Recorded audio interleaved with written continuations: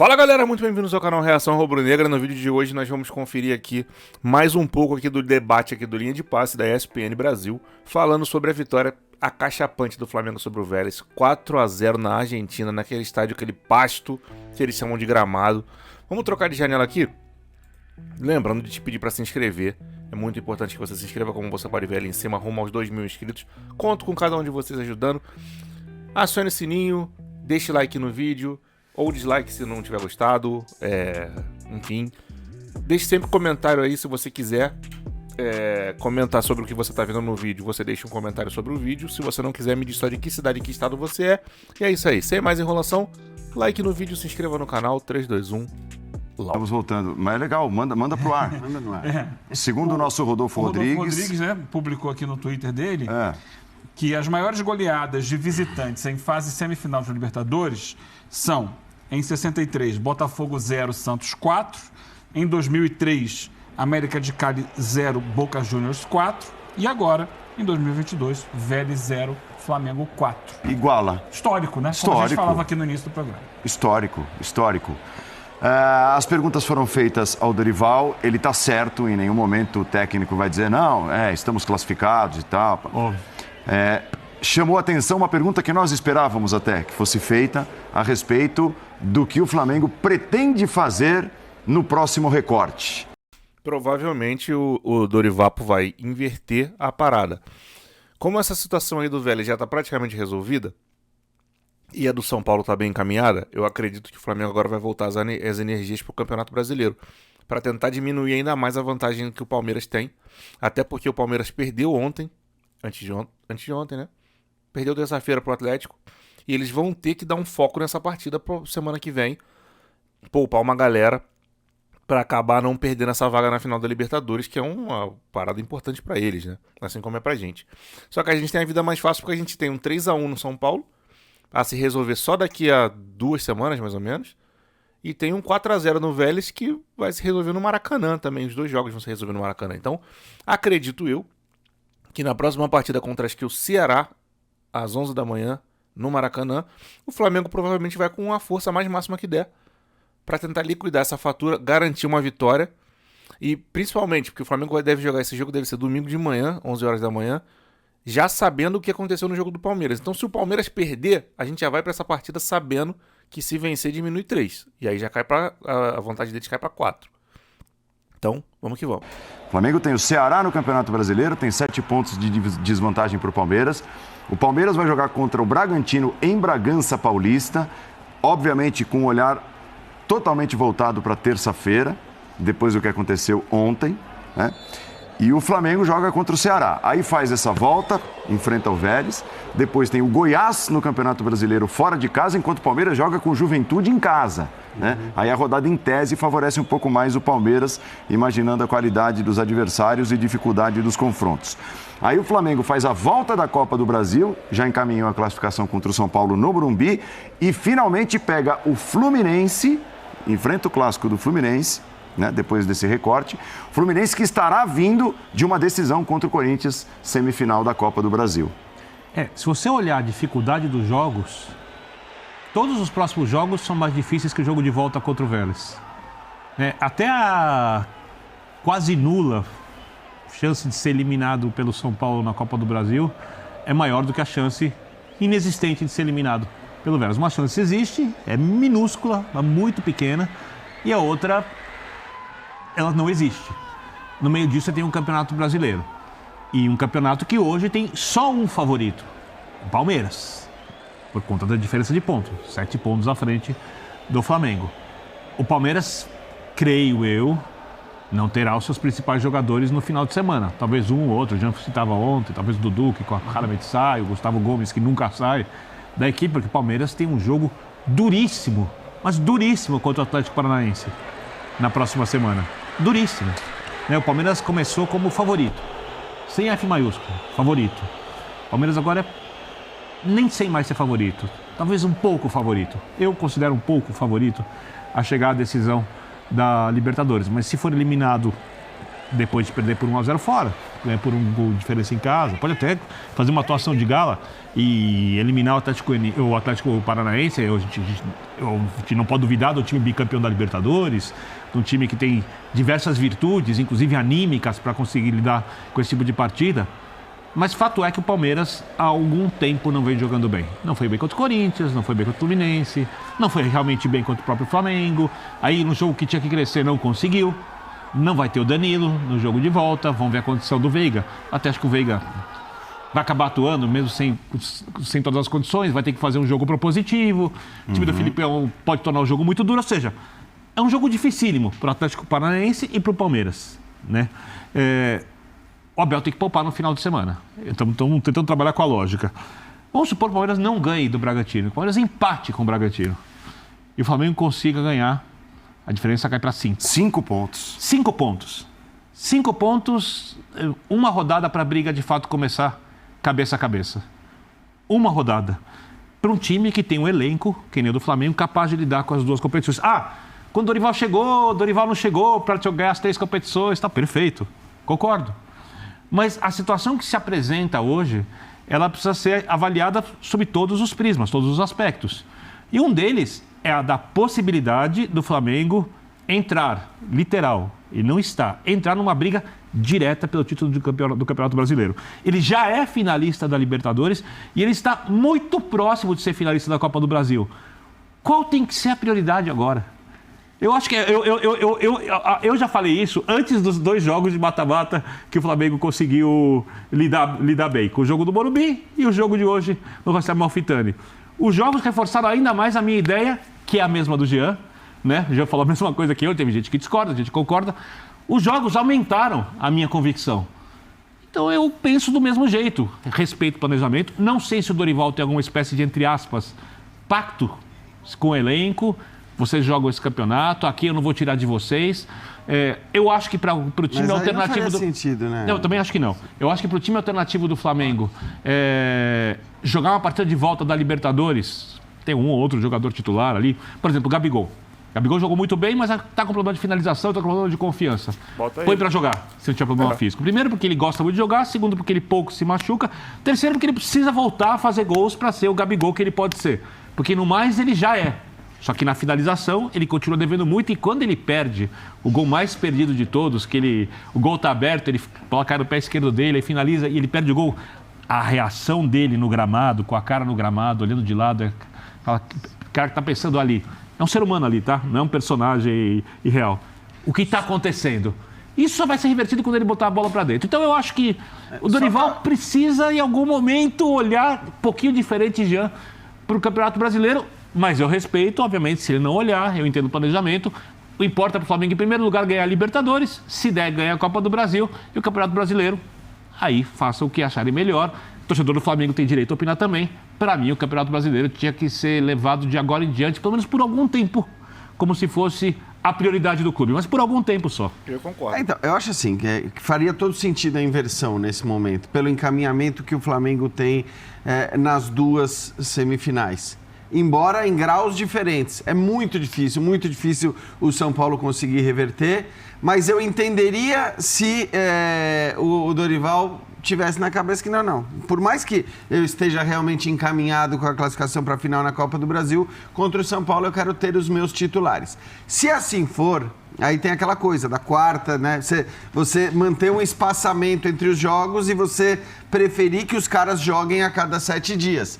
Então, se for assim, ele pode preferir. Não, se ele quer ter os 11 titulares contra o São Paulo dali a 2 quarta-feiras, ele pode dizer, e por isso mesmo eu vou querer que uma quarta-feira antes quem jogue sejam os meus titulares também. Então ele pode ter esse planejamento que, por mais que ele considere, tenho certeza que ele sabe que ele está na final da Libertadores, ele pode ter esse planejamento. E aí tem uma outra coisa também que talvez, e aí assim, o Eugênio vai falar, acho que ele até ficou com a impressão de que a resposta do Dorival indica a manutenção da ideia de time reserva no Brasileiro e time titular nas Copas. Porque ele pode ter uma outra coisa também. beleza, encaminhou a classificação para a final da Libertadores. Aí você olha para os jogos que o Flamengo tem, né? Até passar essas 2 semifinais, até passarem as 2 semifinais. O Ceará, no Maracanã, e o Goiás fora. E aí o Dorival pode se perguntar, mas pera lá, o time que eu tenho escalado no Brasileiro, ele é suficiente para ganhar esses jogos? Eu acho que a resposta vai ser unânime aqui, que é suficiente para ganhar esses jogos. Porque também nós não estamos falando que o Gabigol, o Pedro, a Arrascaeta não vão poder entrar no jogo se as coisas estiverem no... Então... Ou mesclar o time. O que eu quero dizer assim, é que se fosse o jogo com o Palmeiras no Brasileiro, agora, nesse final de semana, ele colocou os reservas contra o Palmeiras no Brasileiro, porque ele tinha um jogo a fazer contra o São Paulo na semifinal da Libertadores na quarta-feira. A gente discutiu essa decisão e tudo mais, mas foi a escolha dele. Eu acho muito... Discordamos e respeitamos. Exato. Eu acho muito difícil, Biner, que se a situação fosse essa, né? Um jogo contra o Vélez na quarta-feira que vem, com 4-0 já nas costas de vantagem e tal. E o Palmeiras no final de semana, aí sim eu acho que ele colocaria todos os titulares. Como nós estamos falando do jogo contra o Ceará no Maracanã e um time reserva do Flamengo que está jogando muito bem, que é muito forte também, eu acho que talvez ele de fato mantenha aquilo que ele vem fazendo. E talvez, né, Paulo Calçade, pensando na ideia da mescla no jogo contra o Vélez Sarsfield, ele não terá os 2 zagueiros titulares que estavam pendurados e receberam cartões amarelos. E ele tem 2 jogadores pendurados, lembrando que os cartões não serão zerados, importantíssimos, Thiago Maia e Gabigol. Certamente esses não vão pisar, os 2 suspensos e os 2 pendurados não vão pisar no gramado do Maracanã no jogo da quarta-feira, para ele começar a pensar nessa mescla possível, né? Bom, então já são 4 e a mescla está aí. Mais do que isso, eu acho que ele tinha que ser muito louco para botar time reserva para jogar contra o Vélez numa semifinal de Libertadores, né? É muito louco para fazer isso, não vai fazer. Ele vai levar com seriedade, ainda mais a possibilidade de disputar uma final. É importante para o Flamengo, o Palmeiras está engasgado da temporada passada, ser campeão da Libertadores ele também quer, e o Flamengo tem condição de ser campeão, é o time brasileiro que joga o melhor futebol, até porque vai enfrentar lá na frente ou o Palmeiras ou o Atlético Paranaense. Então é isso que ele vai fazer e ele tem elenco para ainda deixar uma equipe bem motivada. Esses 4 que vão entrar vão estar muito afim e o placar construído aqui é fenomenal para esse jogo da volta na semana que vem. Eu tenho um dado aqui que me passou o Data ESPN e ele é fantástico para a gente entender o que é o Flamengo. O Flamengo hoje é uma série de coisas. Por exemplo, a recuperação técnica de alguns jogadores, a recuperação da confiança. Aqui ao lado do Zinho, a gente vendo jogadas do Rodinei, né? O Zinho falava, é incrível o que é um jogador com confiança. Jogadas que quando você não tem, você não tenta, você toca pro volante que está do teu lado e no caso do Rodinei ele vai, estica e passa e retém a posse, ganha um escanteio na linha de fundo, quer dizer, é um absurdo. Isso acontece com outros jogadores também. Então essa potência técnica está aqui nesse número. Desde que o Pedro estreou na Libertadores, o Gabigol já marcou 18 gols em 2.450 minutos. O Rony, do Palmeiras, marcou 18 gols em 2.141. E o Pedro tem 15 em 990 minutos. O Pedro faz um gol a cada 66 minutos, Paulo. É demais, é demais. Vou aproveitar o gancho do Paulo Calçade. O nosso Pedro Henrique Torre, conversou com o Pedro logo após a partida, ele que falou um pouquinho na entrevista coletiva, havia conversado com os repórteres também na saída do campo, quando o jogo terminou, e teve conversa também com o nosso Pedro Henrique Torre. A gente conversava lá no Lindo Urubu sobre uma noite mágica contra o Tolima, 7-1 lá, mas acho que essa superou, né? 4-0 fora de casa, uma semifinal de Libertadores. Queria que você falasse sobre a sua atuação, a atuação do time, e é impossível não perguntar também, o Flamengo já está classificado para a final da Libertadores? Não tem nada a ganho. Foi um jogo complicado aqui, fora de casa, contra o time argentino, num campo complicado também, mas a gente desde o primeiro minuto fizemos um grande jogo, né? Entramos para vencer, esse foi o nosso o nosso pensamento desde o início da partida. E uma vitória dessa, né, claro que ajuda bastante, mas não tem nada a ganho. Feliz por esses 3 gols, um momento, né, indescritível. Só tenho que agradecer a Deus por esse momento. Né, sempre sonhei com esse momento de ser titular, de ter essa sequência e poder corresponder, jogando jogos grandes. Né, e espero poder continuar evoluindo junto com a equipe que fez um grande jogo e agora manter os pés no chão para o jogo da volta também fazer um grande jogo para sair com a vitória. Isso ajudou o Tite? Quanto isso ajudou o Tite a ver esse jogo? Como eu sempre falo, né, o foco maior é o Flamengo no momento. Né, eu tenho que fazer o meu papel aqui, continuar trabalhando aqui para, se Deus quiser, as portas da seleção abrir. Né, fico feliz com cada comentário sobre a seleção. É um sonho que eu tenho, espero poder realizar. Valeu, parabéns, obrigado. E parece que se aproxima dessa realização cada vez mais o Pedro. Gols de Pedro desde a chegada de Dorival Júnior. 21 jogos e 15 gols. 21 jogos e 15 gols, é o artilheiro disparado. Se botar as assistências, ele chega praticamente com uma participação de gol a cada jogo. Da atual Libertadores. E veja só, num dia, até para fazer né? Só para abrir aqui um parêntese envolvendo a seleção brasileira, já que ele termina falando ao nosso Pedro sobre seleção brasileira, num dia em que Roberto Firmino, mais uma vez, foi bem no Liverpool, muito bem, é um 9, meio falso 9, mas um 9, né? No dia em que Gabriel Jesus meteu mais um e hoje meteu um gol de 9 com a camisa do Arsenal, o Pedro faz o que faz à noite. É a resposta essa briga saudável por vaga na convocação para a seleção brasileira. Nessa briga aí, parece que o Firmino, embora tenha sido aquele que mais vezes foi convocado pelo Tite, né, na comparação desses 3. Não, se bem que acho que o Jesus foi pau a pau. A última vez que eu vi as estatísticas era bem parelha a convocação. Acho que o Jesus foi até mais. Mas eu acho que nesse momento, desses 3, o Firmino é aquele que corre mais risco. Pode parecer uma loucura, né, a gente falar disso, sendo que o Pedro provavelmente vai chegar para desfrutar do melhor da festa quando a gente fala de seleção brasileira. Mas hoje parece muito pouco provável, até pelas próprias declarações do Tite, que a gente ouviu recentemente, que o Pedro não esteja na Copa do Mundo. E tem que estar. O Pedro tem uma vantagem, né? O Tite aprendeu na última Copa que ele precisa em algum momento ter jogador com características X, todas as características possíveis, e uma característica específica para as circunstâncias que a Copa do Mundo vai exigir. E o Pedro, dos centroavantes em atividade brasileiros, jogadores que sabem atuar na área, que fazem gols com mais facilidade, o Pedro é o melhor deles, de todos, dentro e fora do país. Eu acho que é o único com essas características. Com essas características. Sim, entre os candidatos. O centroavante clássico, sim. O 9, alto, que pode jogar de costas pro gol, que vai buscar bola aérea. Eu não vejo outro brasileiro. O Firmino não é esse cara. Pedro joga pra cacete mesmo. Esse cara fica de bobeira mesmo. O Pedro é foda, cara. Não é. O Gabriel Jesus não é esse cara. Não tem. O 9-9 é ele. E mesmo que o Tite não jogue com o 9 como titular. Tá lá. É importante ter no elenco. Olha pro banco e fala, eu preciso de um centroavante. Na última Copa, por exemplo, não tinha. Teria sido útil. Em algum momento não tinha. Hoje ele tem um para convocar, então ele vai levar o Pedro, não tem a menor dúvida. E dos 3, eu sei que na nossa pauta hoje, para mim, o Gabriel Jesus tem que ir para a seleção brasileira. Eu adoro o Gabriel Jesus, ele joga em diversas funções. Para mim, um jogador que, talhado por tudo que fez, não jogou muito bem a última Copa. Aliás, não jogou bem a última Copa, mas tudo que fez entre as Copas do Mundo, antes da Copa do Mundo, ganhou rodagem, ganhou experiência. Dele agora. Tite botou o Gabriel Jesus para ser secretário do lateral. Quem me conhece e é inscrito aqui sabe o quanto eu odeio isso.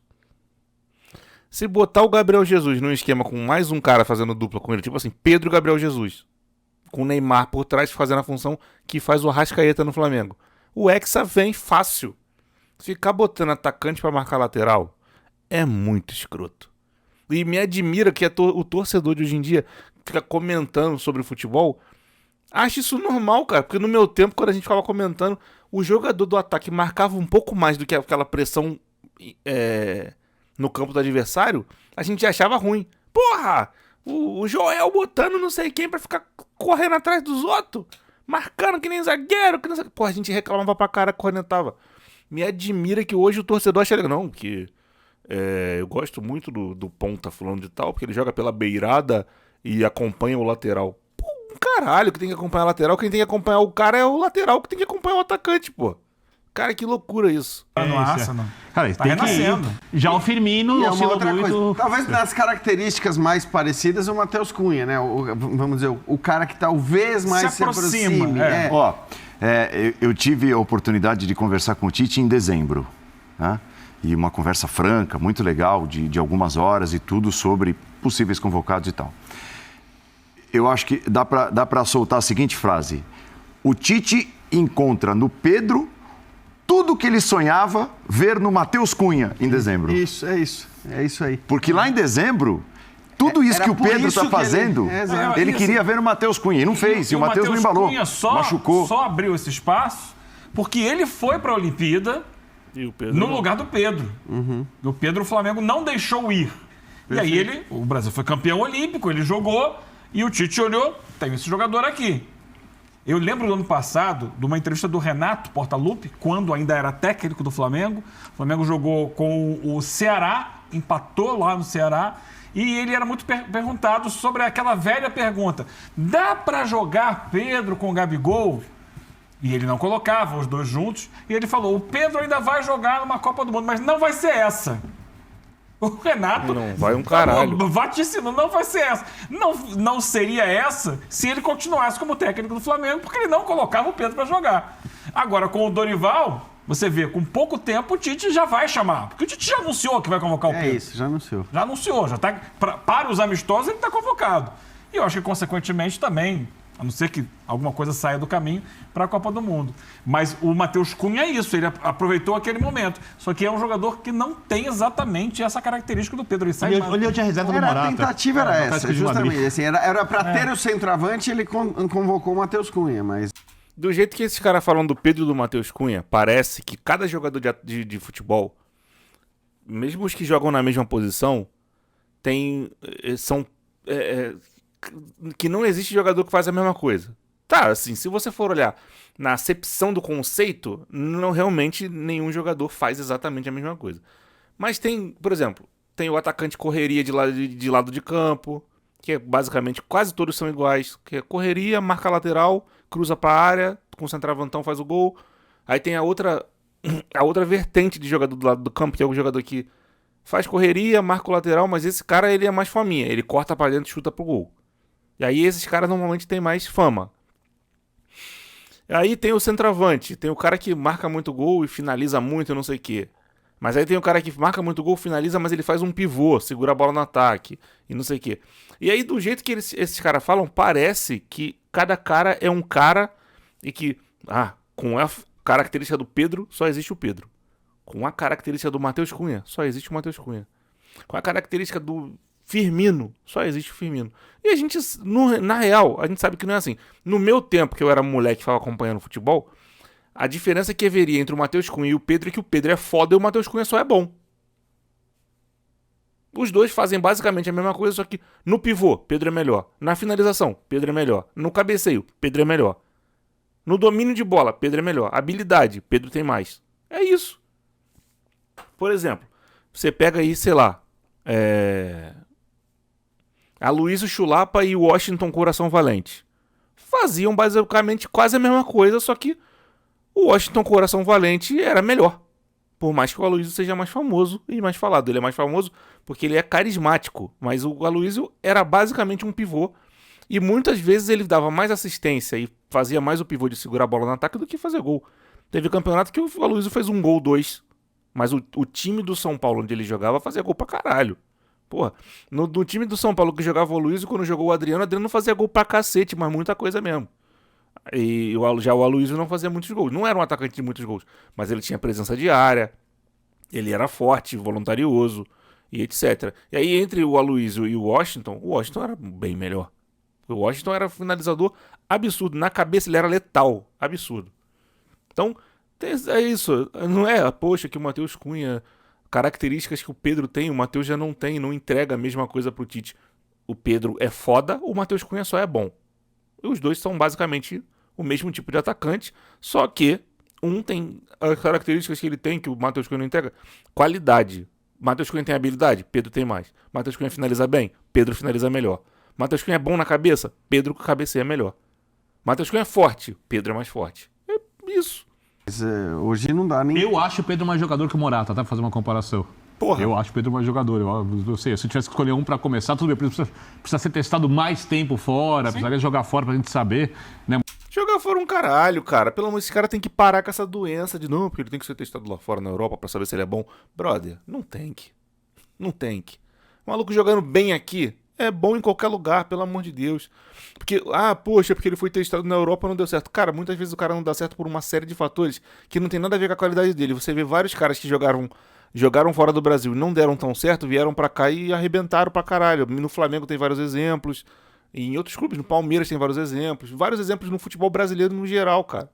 Porque às vezes o cara não dá certo lá fora por causa do clima, né, do frio, ou muito calor, ou muito frio, etc. Às vezes o cara não dá certo lá por causa da cultura do país. Pessoas ficam oprimindo o sujeito.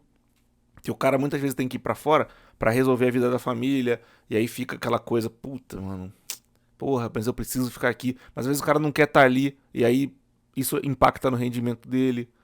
Tem um outro aspecto que é muito importante. Antigamente o jogador de futebol tinha que ir para fora do Brasil para fazer a famosa independência financeira.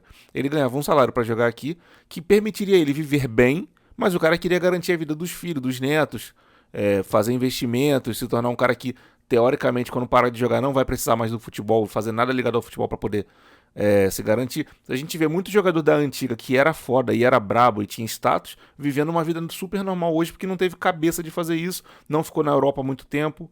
Basicamente, a ida para a Europa era isso, a independência financeira e o próprio clube conseguir ganhos para poder pagar salários, melhorar a estrutura e etc. Hoje você vê o Flamengo, um Palmeiras da vida, não precisando disso. O cara até bota no balanço que ele quer X milhões de venda de jogador. Mas se não vender, não é o fim do mundo, porque o patrocínio vai garantir, a cota de televisão vai garantir e vários outros aspectos. A mesma coisa é o jogador. Você acha que um jogador hoje que ganha 1,5 milhão no Flamengo precisa ir embora do Brasil? O cara ganha 1,5 milhão, mano. 1,5 milhão. Se o custo de vida desse cara fosse 50 mil, 100 mil por mês que ele gasta. Prestação do carro, valor da casa, a escola dos filhos, caralho. Ele ainda tem 1,4 milhão para investir, mano. Um cara que sobra pra ele 1 milhão, que o custo de vida dele mensal seja 500 mil. Exagerei pra caralho. Ainda tem 1 milhão pra esse cara investir em alguma coisa que vai ficar rendendo um dinheiro pra ele absurdo. E no mês que vem vai ter mais 1 milhão e no outro mais 1 milhão. 12 milhões no ano. Os caras não precisam mais ir embora do Brasil. Então, isso aí, cara, tem que se provar na Europa, é outro câncer no futebol brasileiro que tem que acabar. O jogador não tem que mais ir embora daqui. Quem tem que ir embora, de repente, é um jogador de um time, sei lá, o cara tá se destacando no... Pô, com todo respeito, no Fortaleza. Pô, o Fortaleza tá com uma boa gestão, mas não tem condição de pagar um salário que paga um Flamengo, um Palmeiras da vida. Então, se o time da Europa vier buscar um cara do Fortaleza, o Fortaleza de repente vai acabar vendendo. Mas, pô, o cara tá jogando no Palmeiras, no Flamengo, não tem que ir embora do Brasil mais pra nada. Ele pode viver aqui pro resto da vida, perto da família, perto dos amigos, vivendo no próprio país, na sua própria cultura. Cara, jogador de futebol não tem que se provar na Europa pra mostrar que é bom. Vários jogadores que a gente teve aí na nossa história foram foda, ganharam Copa do Mundo, foram de destaque em seleção brasileira, sem sair do Brasil praticamente hora nenhuma. Porra, esse câncer tem que acabar também. O Morata exige de um nível mais alto, mas como você mesmo já disse uma vez na redação, o Morata, você não tem ideia do que vai acontecer no próximo jogo. Na verdade, você está falando de um jogador absolutamente exaltado, idolatrado, né, elogiado o tempo todo, e do outro que, apesar de jogar apenas em clubes gigantes, numa seleção gigante, é sempre criticado, xingado. Então, assim, essa comparação, de fato, nesse aspecto, ela fica indiscutível. Mas é o que você falou, tá? Aí tem os contextos, né? E sim, talvez o Tite queira muito ver o Pedro num outro contexto que não sul-americano. Mais do que tudo isso, o próprio Tite já falou. Não é ele que está convocando, é o Pedro que está se convocando. Bom, então nós vamos ficar por aqui, né? Eles encerraram esse assunto do Pedro, vamos parar essa parte aqui por aqui, né? Em breve eu volto com mais um pedaço disso, que eu vou continuar assistindo. Como eu já falei pra vocês aí no vídeo, eu não concordo com essa coisa de contexto, de jogador que tem que sair do Brasil pra se provar na Europa. Isso aí, cara, é um pensamento de... Nossa, isso pra mim é um câncer que precisa acabar, sabe? Porque isso é um círculo vicioso. Vamos lá, vou pegar um negócio aqui pra segurar, que é sempre melhor pra você ser mais didático com a caneta na mão. O jogador bom aparece no Brasil jogando para caralho. Não vou nem falar do Pedro, vou falar do volante Danilo do Palmeiras. Apareceu no Brasil, no Palmeiras, jogando um belo de um futebol. O contexto onde ele está inserido é um contexto de qualidade. Os companheiros do Danilo são companheiros de qualidade. Ele é cercado por Dudu, Rafael Veiga, Gustavo Gomes, aquele Piquerez, enfim, e vários outros jogadores. Scarpa, grande jogador também do Palmeiras, e vários outros, o goleiro Everton. Ele é treinado por um europeu, que é o Abel Ferreira, que embora o estilo de jogo que ele costuma implantar no Palmeiras esse ano melhorou, mas normalmente é um estilo mais pragmático, que a torcida deles gosta muito, não sei porquê, mas a gente até entende porque tem resultado. Ele está inserido num bom contexto.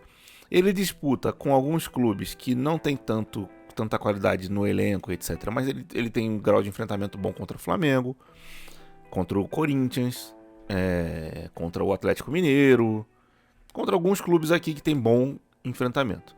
Aí você vai falar, Danilo só vai ser bom quando ele se provar fora do Brasil. Aí, para ele se provar, ele vai sair do Brasil. E essa saída dele vai diminuir o nível de enfrentamento aqui do Brasil, porque um bom jogador brasileiro aqui tá indo para jogar num outro centro em outro país, por exemplo, na Inglaterra, que seja. Enquanto esse círculo vicioso não for quebrado e todos os times tiverem poder aquisitivo de segurar seu jogador e só vender os jogadores bons, os jovens talentos aqui, quando vier uma proposta tipo 50 milhões de euros, 60 milhões de euros, 70 milhões de euros, que vai realmente de fato elevar o patamar do clube, a gente vai ficar sempre nessa. Não, porque o nível de enfrentamento daqui do Brasil é ruim, o nosso jogador tem que se provar lá na Europa. Mas o nível de enfrentamento deles só é melhor porque eles têm poder aquisitivo para vir aqui e tirar o jogador daqui do Brasil, o jovem talento, sendo aplaudido. Que legal, o West Ham comprou o Paquetá, quando na verdade o Paquetá tinha que estar aqui na porra do Brasil jogando no Campeonato Brasileiro, reforçando e melhorando o nosso nível de enfrentamento. Daí a gente joga uma Copa do Mundo e fica caindo nas quartas de final, perdendo para a seleção europeia que não joga mais contra a Sul-Americana por causa daquela Nations League. Vagabundo vai falar que o futebol europeu é melhor.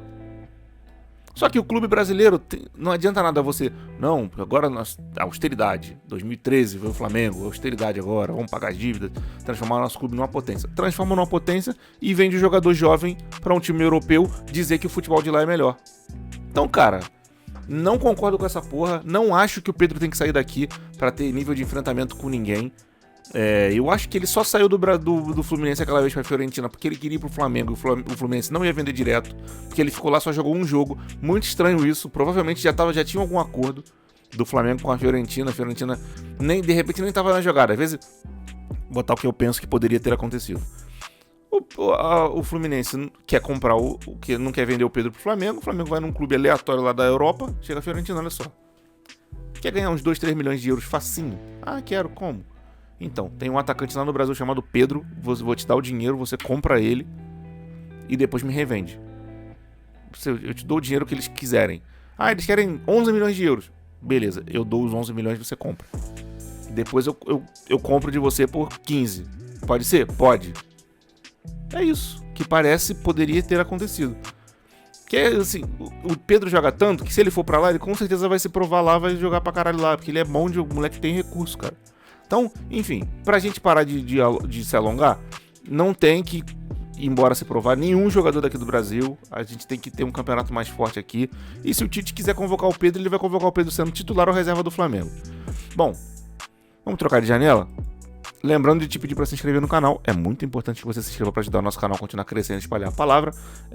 Deixe comentários sobre o que você viu no vídeo, sobre o que eu falei, sobre o que eles falaram. Se não, me diz só de que cidade e que estado você é, pra gente saber até onde esse vídeo tá chegando e até onde tá indo a torcida do Flamengo, o tamanho da nação.